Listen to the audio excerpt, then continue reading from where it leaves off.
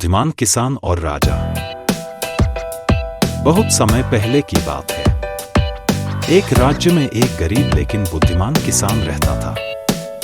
वह मेहनती और ईमानदार था। राजा को उसके बारे में पता चला और उसने किसान को अपने दरबार में बुलाया। राजा ने किसान से कहा, मैं तुम्हारी ईमानदारी की परीक्षा लेना चाहता हूं। यह देखो, मेरे पास 3 समान बीज हैं। मैं तुम्हें इनमें से एक बीज देता हूं।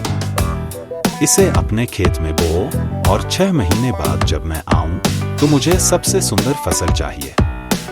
अगर तुम्हारी फसल सबसे अच्छी होगी तो मैं तुम्हें अपना राजकाज संभालने का मौका दूंगा। किसान ने खुशी खुशी बीज लिया और उसे अपने खेत में बो दिया। वह रोज मेहनत से उसकी देखभाल करता, पानी देता, खाद डालता, लेकिन कई महीनों तक बीज अंकुरित ही नहीं हुआ। इधर अन्य किसान अपनी फसल उगा रहे थे और उनकी फसलें तेजी से बढ़ रही थी। किसान को चिंता हुई कि राजा को क्या जवाब देगा, लेकिन उसने हार नहीं मानी और पूरी ईमानदारी से बीज की देखभाल करता रहा।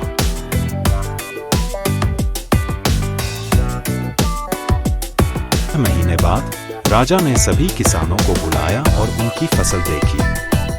सभी के पास हरी भरी और सुंदर फसलें थीं, लेकिन वह गरीब किसान खाली हाथ खड़ा था। राजा ने उससे पूछा, तुम्हारी फसल कहाँ है? किसान ने सिर झुकाकर कहा, महाराज, मैंने पूरी मेहनत की, लेकिन बीज कभी अंकुरित ही नहीं हुआ। शायद मुझसे कोई गलती हो गई। यह सुनकर राजा मुस्कुराया और सिंहासन से खड़ा हो गया। वह बोला, यही सच्चा उत्तर था। बाकी सभी किसानों ने झूठ बोला, क्योंकि मैंने जो बीज दिए थे वे उबले हुए थे। उनमें से कोई भी अंकुरित नहीं हो सकता था। लेकिन तुम अकेले ऐसे हो जिसने सच्चाई दिखाई। इसलिए मैं तुम्हें अपने राज्य का मंत्री घोषित करता हूं।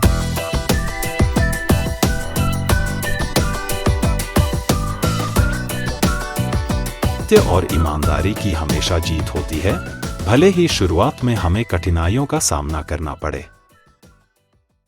कभी-कभी असली परीक्षा हमारी नीयत की होती है, न कि हमारे परिणामों की।